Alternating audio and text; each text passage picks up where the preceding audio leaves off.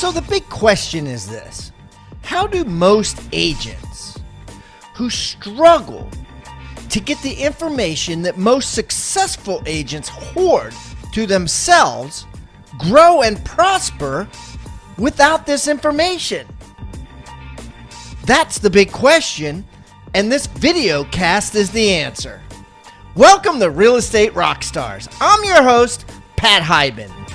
Congratulations to the following brokers: Ameriteam Realty, Dunes Properties, Impact Real Estate, Long and Foster. Yeah, that's a big one. 11,000 agents. Plum Tree Realty, Real Estate Professionals, Realty Ohio, Remax Advantage, Remax Essential, and Agent Strong all have taken action and negotiated steep discounts on Rebus University's award-winning courses for all of their agents.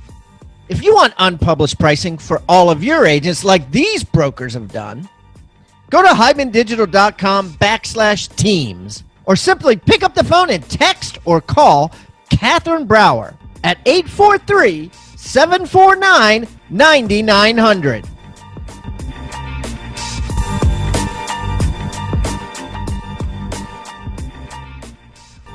And now for the review of the day. Christopher Cassidy was in the Real Estate Rockstars Facebook group, and he says, very informative, and the guests are awesome. I would highly recommend this podcast. Thank you, Christopher. 5 stars. Keep the comments coming, guys. I love them.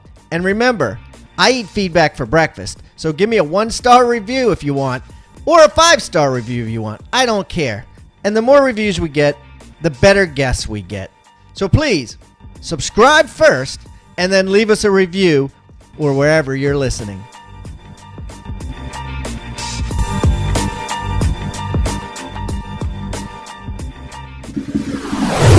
All right, Rockstar Nation, we have a great guest today. Got Mr. John Newman on the line, and John is doing some neat stuff with millennials, not specifically millennial buyers and sellers, although that is part of the biz, but millennial agents. No one on his team is over 26 years old, and it is not because he wants to have a little fraternity sorority party every night with these guys, but it's a very specific and very intent way of doing things. So we're going to dig deep into that and learn all about John and how he's making big bucks. So John, welcome to Real Estate Rockstars.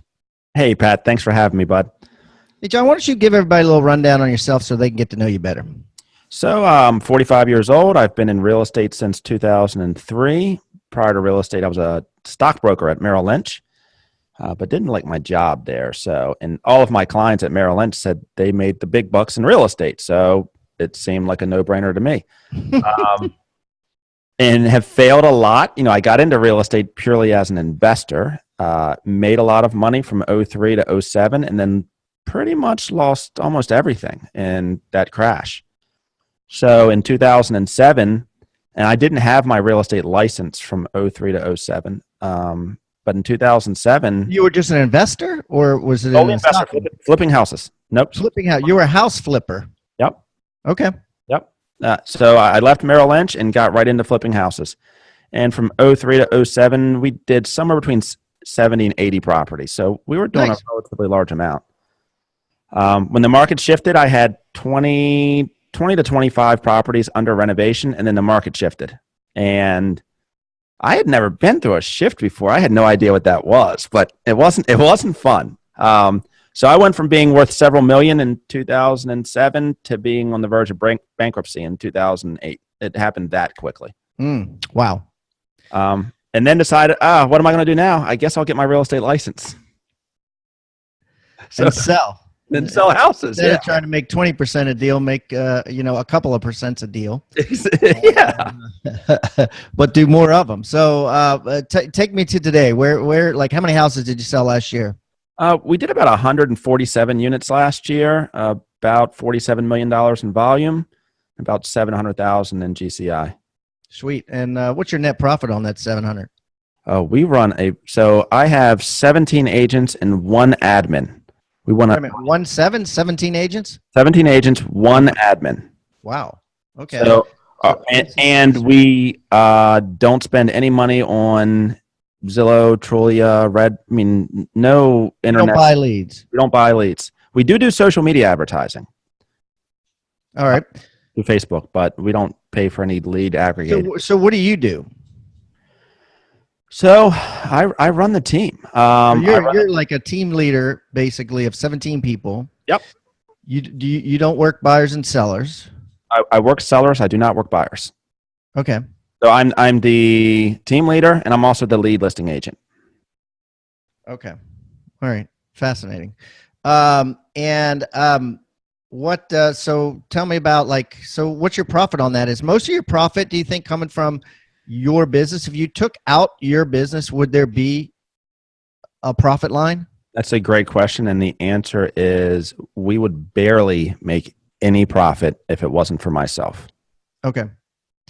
And so what's your vision with that? Like, where is your vision? And I had this conversation with somebody recently, but I'm just curious, is your vision that at a certain point, at a certain number of agents, and it's good for people listening to know that you'll hit some critical mass and you'll start making profit, otherwise it's all for naught, Yeah. So here's where it's interesting for me. And I'm a little bit different, Pat.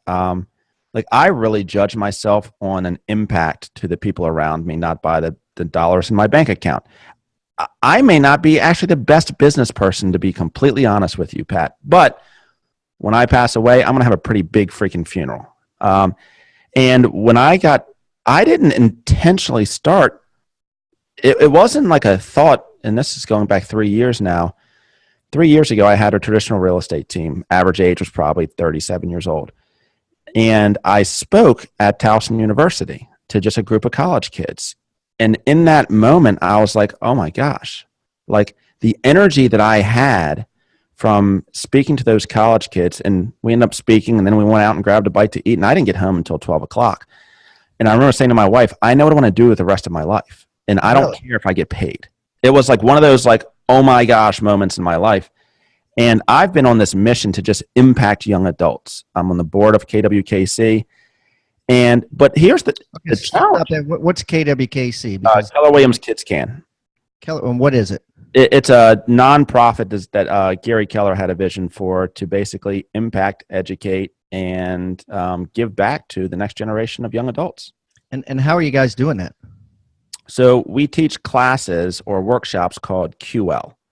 And QL is for those that aren't familiar, Gary Keller had a course called Quantum Leap, where he basically took that course and then broke it down to a younger demographic. So we teach these courses on QL, which is mindset, 6 personal perspectives, financial literacy, to 16 to 24-year-olds. And I think in the last 12 months, we've impacted about 130 young adults.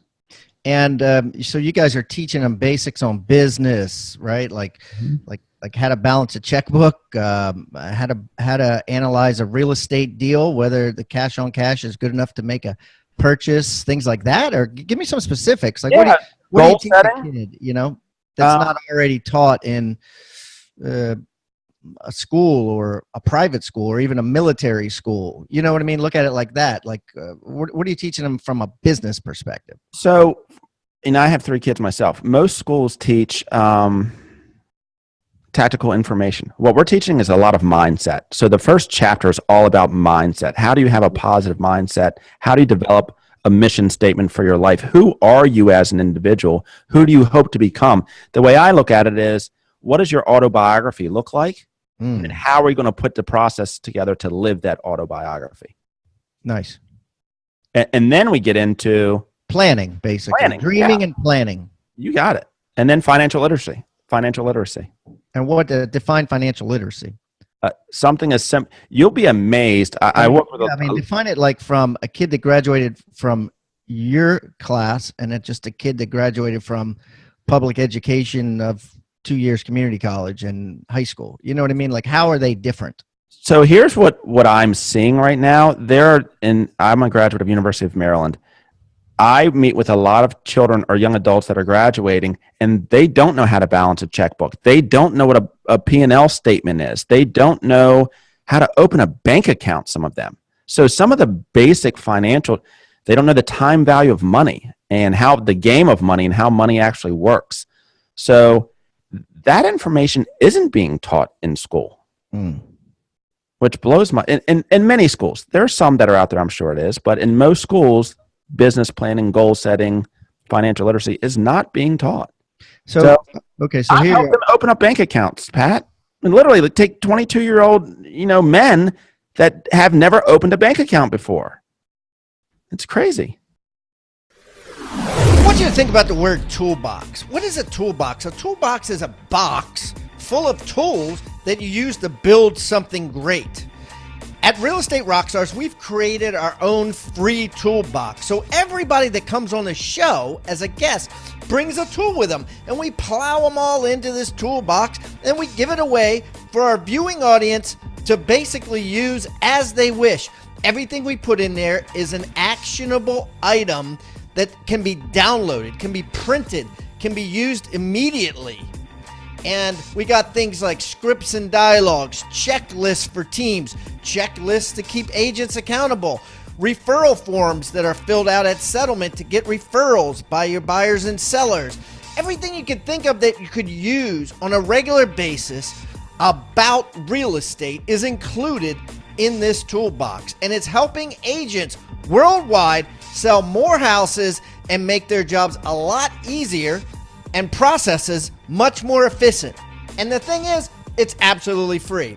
All you got to do is go to hibandigital.com/toolbox or text the word toolbox to 444-999. That's toolbox 444-999. Do it now.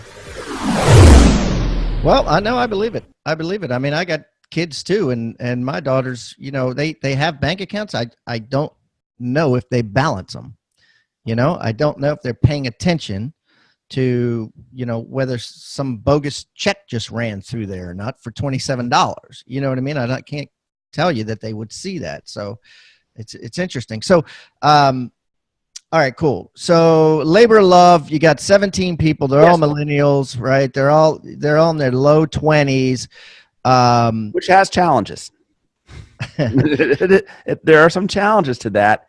And you asked about, okay, what's the plan? How do you make this profitable? Yeah, how do you take these 17 people? I mean, what's success? I know success to you, you're probably thinking, okay, I got 17 people. Obviously, you don't want to lose money on the deal, right? You don't want to, and you'd love to make money because it is fun. I mean, I had a big team at one time. It is a blast. Work is a lot funner to come to when you got a lot of young people playing games and doing cool stuff. And, you try to make your real estate office like an advertising office or something, where it's, a lot of high activity and energy going around. But at the same time, it's a lot more funner if you're making some money and a significant amount of money on it. I mean, that's the key, right? Where you have fun and you could make a lot of money. That's the double whammy. And that's kind of the failing forward that we've done so far, Pat. It's like, okay, we figured out a way that we can attract people to the organization. That first we cross that path, and we do that through a lot of the events that we throw. So like tonight, I'm speaking at Towson University. So my bench of people that want to potentially join is anywhere between 30 and 50 people deep. So then the next challenge that we have. Wait, what does that mean? My bench. So we are at a stage now where we turn away people that want to join our team. So like a lot of market centers or brokerages, their biggest challenge is attracting people to the organization. Why are you turning people away? Because we're looking for specific people. This was part of our failing forward. We needed to put specific standards in place and have a specific way that we do business in a training program, and they have to adhere to that way or else they're not a fit for our organization. Yeah. So they got to agree. It was anybody. Okay, you're 18 years old. You want to join the team? Cool, let's do it. You want to be a real estate agent, but now you're much more structured. Where like, this is a job. You got to show up at this time. Exactly. You got to do this during the day, and you're not going to get paid. And if unless you produce, and if you can't do that, then on to the next. Yeah. So phase one for us was, we're building an organization that will attract the individuals. Phase two was, okay, figuring out our training program and training methodologies and the standards at which we need to get these people into production as quickly as possible. The last 12 months, we spent a lot of time putting together this training standards, the metrics, and what the roles are and what their jobs look like. And then, so the way that I look at it, this was a long-term game. I wasn't expecting that, okay, you're going to hire a 22-year-old that's brand new to the business, and in 12 months, they're all of a sudden going to be a superstar. Yes, we have some of those, but that's not the norm. This, for me, was a long-term game because I understand the demographics of our country and the demographics of our industry. So for me, it was like a 3 to 5 year business plan. And so how are you going to make sure? Because here's what I see, just with almost 700 interviews here on the Real Estate Rockstars and other people I've talked to about this, and this is something I'm sure you've thought about. And I'm curious what you're actually doing about it, right? There's a lot of teams like yours that are starting out, right, hiring a lot of young people and getting them started, and then having difficulty at about year 2 because they're all breaking camp and going out on their own and using everything you've taught them, which may be okay with you. You may be fine with that because that might be your legacy, like you'll always be their mentor.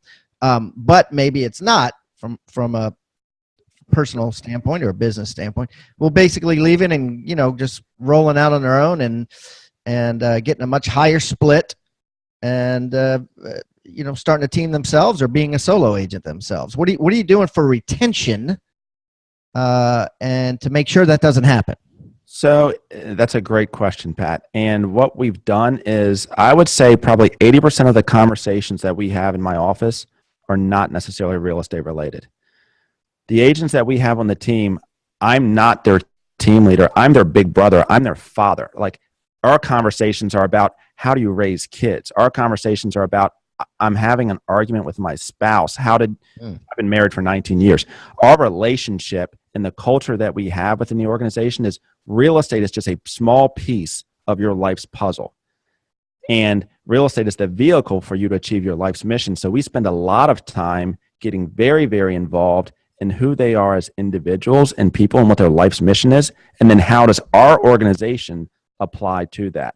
So the way that I look at it is, we're not making them great real estate agents. We're making them great fathers. We're making them great husbands. We're making them great brothers. We're making them great spouses. So you're creating a debt. You're creating a debt in the equation where you're giving. You're even giving profit, right? You're giving them everything.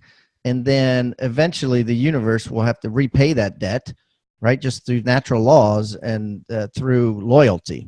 100%. And I get that. I get that. I mean, many members of my team would come on the show and tell you that they would take a bullet for me. Like, it's at that level of commitment. And we've built really a tribe. And that's what's really cool. Now, how that scales, that's going to be the next step, Pat, that I haven't figured out yet. How do we scale that across? They'll figure it out. They'll understand. I mean, it's just growing pains, right? When a plane is taking off, that's where you experience the most turbulence. So, this is where the fun happens now, right? Where you're like, okay, we're growing. We're going to hit 30 agents. How can we do it? And there's some tweaks that you can eventually make, that I've seen people make, that help you significantly in this. And that, I mean, it's as simple as, raising your transaction fee $100, mm-hmm. right? I mean, that's $1,700 a month right there. If you got 30 agents, that's $3,000 a month, right? So at least you get a little bit, you raise it $200. I mean, that's how a lot of RE/MAX offices do it. They charge transaction fees of, $600 and get $400 from the agent. So, and a lot of these brokerages now that are, that don't get any profit at all, because they're flat fee companies. That's how they do it with the transaction fees. Another thing is, mortgage and title. you can tap into that, and it could all go to you. So anyways, there's a lot of different ways, of things you could think about. But all right, so let's talk about some nitty gritty. Where 147 transactions, where's what percentage listings, what percentage buyers? So out of that 140 plus, 110 of them were listings. Okay, so 70% listings, I guess. So this is great, okay, because a lot of teams like yours or young teams nowadays are way opposite. They're like 80 buyers, 20 listings, scared to death of listings, right? Going into this business thinking, this is how I do it. I become addicted to Zillow from day one. You know what I mean? And that's the new way of the world. So how are you scratching a record like this? Because truth be told, this your way is the way to do it, right?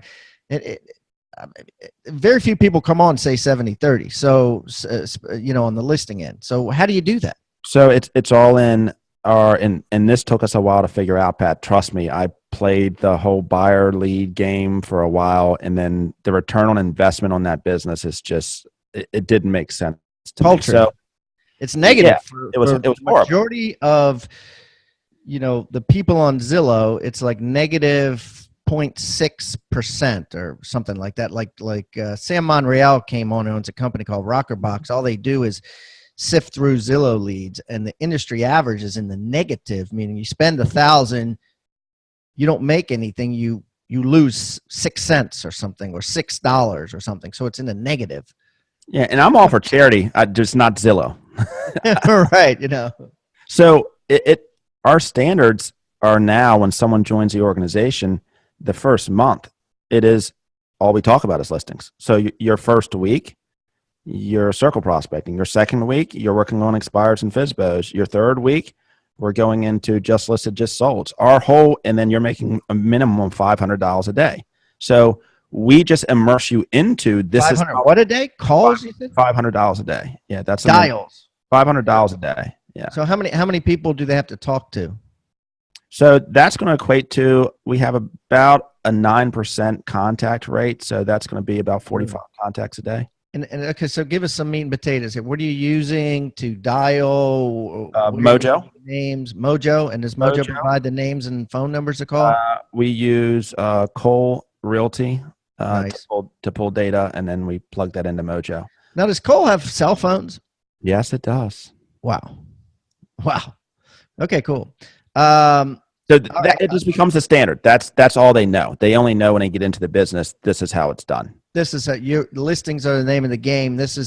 We're doing listings, and buyers are a byproduct of listings, and that's it. And that's your business. That's your business model. This is John Newman team. If you want to be part of this awesome, thing that's taken off here, if you want to get on the rocket ship, you're a listing agent first and foremost. 100% correct. And then they have to do 2 open houses in that first 30 days. And what we found is they're going to pick up the buyers as a result of making the phone calls for the listings. Right. But we don't have to sift through it. Yeah. We don't have to sift through 1,000 people to find, And guess what? They're better buyers too. You know why? Because they're not like if anybody online that you're picking up, they're probably already in 6 other agents' drip campaigns. But you meet them at an open house, or you meet them to show them a house because they called on one of your listings, and the connection right there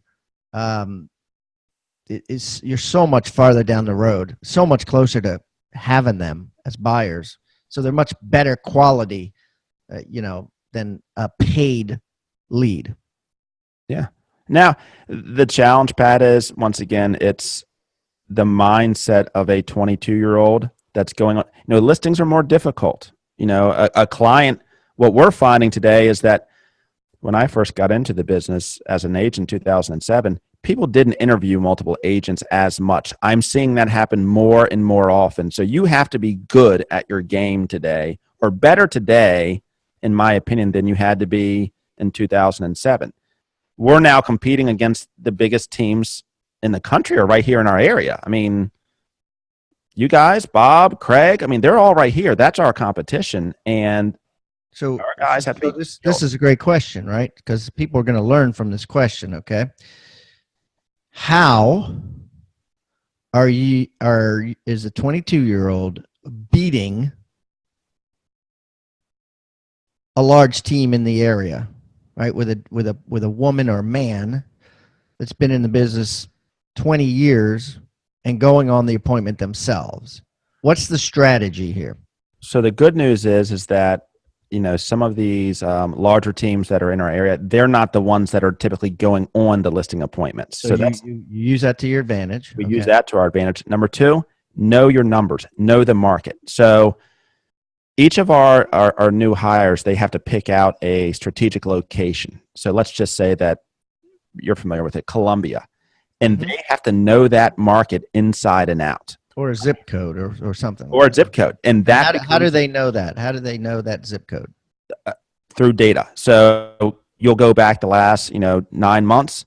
How many houses have sold? How many houses are on the market? What's the average sales price? What type of houses are in that neighborhood? Truly become the local market expert. And even myself, when I lose a listing, it's usually because there's someone else that is the local market expert. So we want them from day one to be thinking, not only am I focusing on listings, but I want to dominate a farm area. But instead of traditional farming where we're sending out direct mail and postcards and spending a lot of money, we're trying to lead with revenue and just make massive amounts of phone calls. And now a word from Rockstar agent and Rebus University graduate, Mr. Jeff Quinton. Hello, my name is Jeff Quinton, and from Keller Williams, the Quinton Group. I service all of Southern New Jersey, and our expansion team is in the greater Philadelphia area. And just wanted to give a shout out to Rebus University, Pat Hyben and his crew. My team, what we've implemented right now is through our onboarding process, we have a learning management system called Learning Zen. And inside Learning Zen, in the very first 14 days when someone comes on our team, they have to go through and learn all the sales skills and sales training. And part of that is we require everybody to go through the Rebus University Certified Listing Agent course. And at the end of that, they've got to prove and got to come out and show us their certificate before they even get on the phone, before they even meet with a client, before they go out on any listing presentation. So what's interesting is that through this course, it's allowed me to leverage my time versus what it used to be where I'd have to show them all of the listing presentations, spend time each individual, for 20 minutes at a time or 30 minutes at a time. So now I can leverage it through the Certified Listing Agent course and then go back and role play with them what they've learned. So what I've learned right now is that when an agent goes through this course, they feel confident. And that's the key, is the confidence is so built because they've been able to see someone else do it and then they practice it. And what's interesting is I've had so many agents. In fact, I've had over 20 agents go through this course and become certified. And a major portion of them go out on listing appointments when they're competing with another top agent and they actually win the listing on the first try. And the skills, the techniques, the dialogues, and everything that they get from this course. It's pretty incredible. If you want the same amount of listings and the same extremely high close ratio that Jeff Quinton's agents get, just type in the coupon code CLA50 on rebusuniversity.com. That's REBUS university.com for, get this, 50% off the Certified Listing Agent course. That's CLA50. You won't regret it.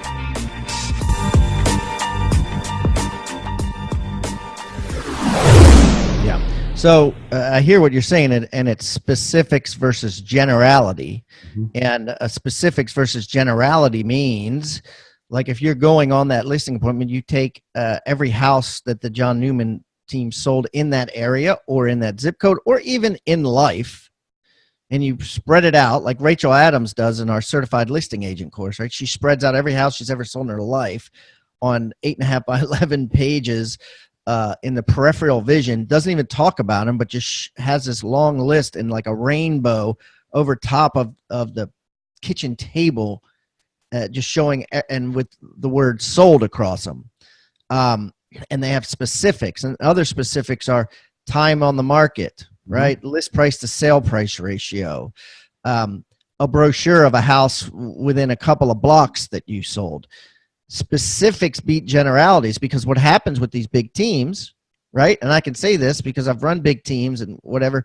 The big teams tend to go on egotistical generalities, i.e., I'm the number one agent in the world. I'm the number one, Keller Williams agent in Maryland. I'm the number one Remax agent in the East Coast, whatever. So it's a generality, right? What does that mean?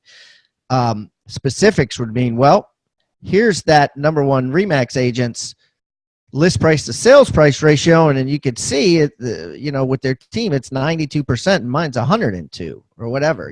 That's specifics. What they're selling is generality. It's exactly how Donald Trump won the election. I don't mean to get political, but a lot of people had a lot of general things to say. Oh, he doesn't like Hispanics. He doesn't like gays. Very general things.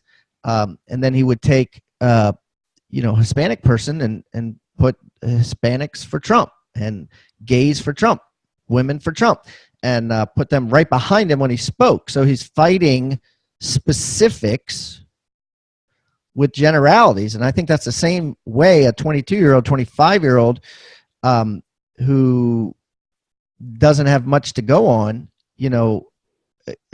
beats a mega agent, is they go with specifics. One of the best specifics is here, give me your cell phone, and put in a cell phone and then call them. Hey, save my number. Here's my contact card. And you send it over. If they have an iPhone, you just send them the contact.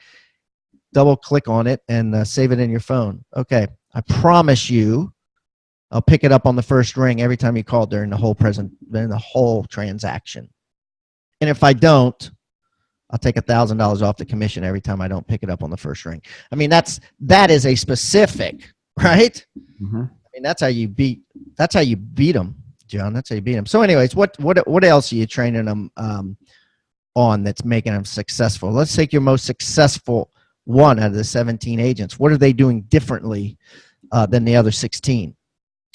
They work harder.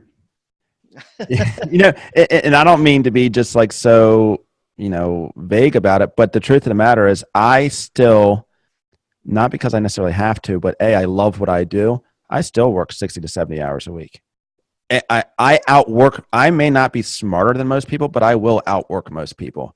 And if I look at successful agents, and this is just from what I see, most of them work really hard. So the ones that are outperforming the other ones, it's not because they're necessarily smarter. It's because they usually just put in more time and they outwork everybody else. My team, and we have a large market center here, but this place is empty after about 5 o'clock. At 5 o'clock, we're throwing happy hour and we're getting ready to bang the phones. Like, we're just getting started at 5 o'clock here in the office, and we just try and outwork most people. And if you do that every day for enough time, success is probably going to be inevitable for you. Yeah, I mean, so true, right? So true. So here's a great question. I know you've got this, you got your own podcast now, right? What's your podcast called? It's called the Realist Agents Podcast. So REALEST Agents Podcast. And what's the concept behind it? It's all the stuff that HGTV doesn't tell you about real estate. So, we have a fascinating industry. Like, I jokingly tell people I'm part marriage counselor, part financial advisor. We incorporate so many different skills in our business. We see some crazy things in this business. So this podcast is about what real estate is really, really like. Like, let's open the curtains and peel back, this veil of what people think real estate is like, and let's show the consumers and people out there what it's really like. Okay, so one of the things we were talking before you got here was just like weird stories. What would you say the weirdest thing that's ever happened to you, or the weirdest thing that you've seen in a house? All right, so this just happened this week. Just happened 2 days ago. Oh my goodness! One of our agents was talking to a client of theirs, and the client, and it's a millennial thing, I think, but a lot of them put their phones on speaker when they talk to people. So, oh my God, and it's so obnoxious. What is up with that? It is. But you hear some interesting conversation in the background. You can hear other people talking, and you're like, "Are you paying attention?" But you hear some interesting stories when they do that. So this lady client calls my agent, and he has her on speaker, and she asks him, do you do this full time? And he says, yes, I do. And she says, well, would you be interested in some part-time work? And he said, well, not really, but what do you have? And she said, well, my daughter's getting married and we're throwing a bachelorette party, and I think you'd make a great stripper. So she told him that she'd pay him $700 to facilitate this bachelorette party. And so, not only is he a real estate agent, but now take it up? Did he take her up on it? No, he didn't. I said I'll do it. That's crazy. I mean, who does that, right? Like, why would you say that? Like, you could just Google male strippers, Who knows that?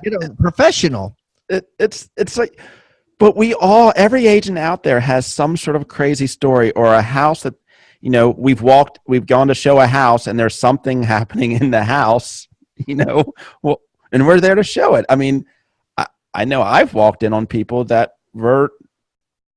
came to their door like not necessarily clothed all the way. Oh yeah, nudists. I've had people tell me they've had listing appointments with nudists, and they wanted them to be naked during the signing of the listing paperwork. Oh my gosh.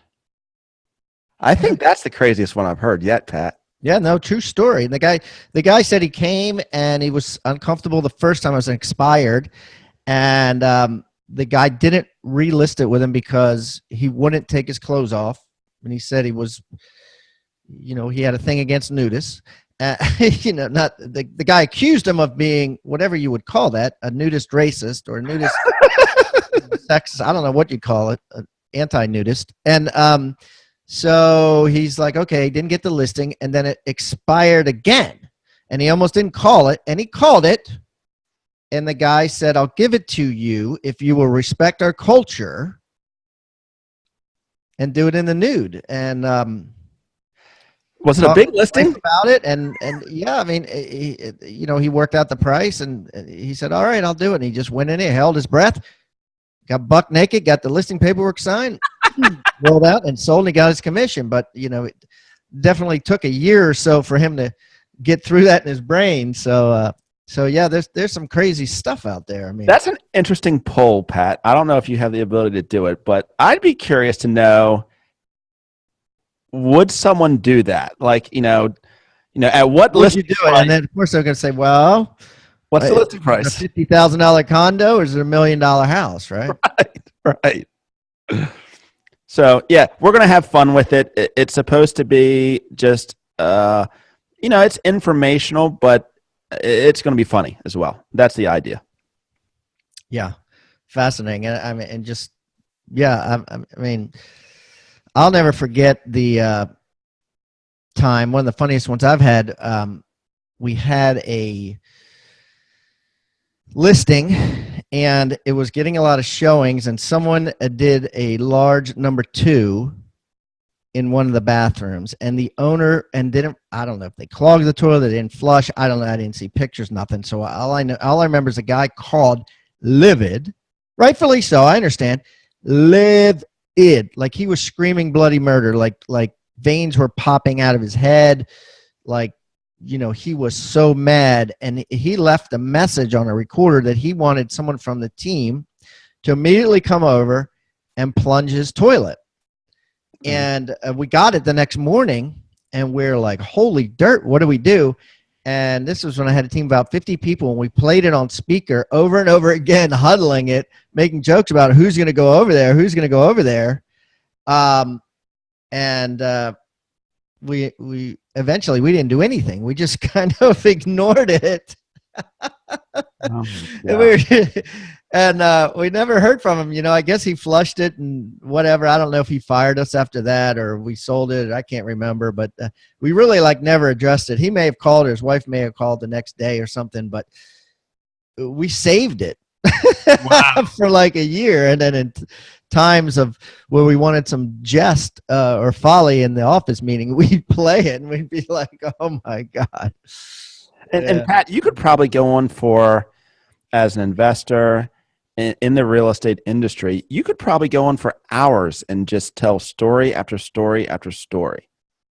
And I think that's one of the coolest things about our profession. Yeah. There's another podcast, and she's been on, I think it's Lee Brown has it. Crazy shit that happens in real estate. Something like that. It's great. I've been on her show. She's been on this show. Anyways, John, this has been great, buddy. Hey, listen, everybody that comes on the show brings a free gift. And what we do with that gift is I'm going to put it right on hybendigital.com/John Newman. Now it's Newman. That's New, like he's a new man. Right? There you go. A millennial. He's a 45-year-old millennial. John Newman. And we'll put it there. In addition to that, we're going to put it on hybendigital.com/toolbox. Or you could get the entire toolbox, which is items of utility that people have brought when they come on the show for free simply by texting the word toolbox to 444-999. Tons of meat and potatoes and usable items in this toolbox. So what do you got for the toolbox today, John? So, and if it's, I'm not sure how much time we have, Pat, but I wanted to give a little background for what I've given to the audience is something it's called the Your Life document. And sweet. To give some background on this, in 2009, so I'm basically on the verge of bankruptcy. I have my real estate license. In my first year in real estate, I did fairly well. I think I did about $7 million in sales. My second year in real estate, which was 2008, I did about 7 to 8 as well. But I was financially, strapped. So I was actually painting on the side. Like I was real estate agent by day, and I worked for a painting company in the nights and weekends just to try and make ends meet. And I was at this place in my life where I was like, okay, I have a college degree. I worked for Merrill Lynch, and now I'm painting. And I came into and I've read a lot of motivational books and huge fan of Tony Robbins. And I came into the office and spent 8 hours kind of documenting who I am. What do I want out of my life? And I created this document. It's called the Your Life template. And it goes deep. It's not just a vision board.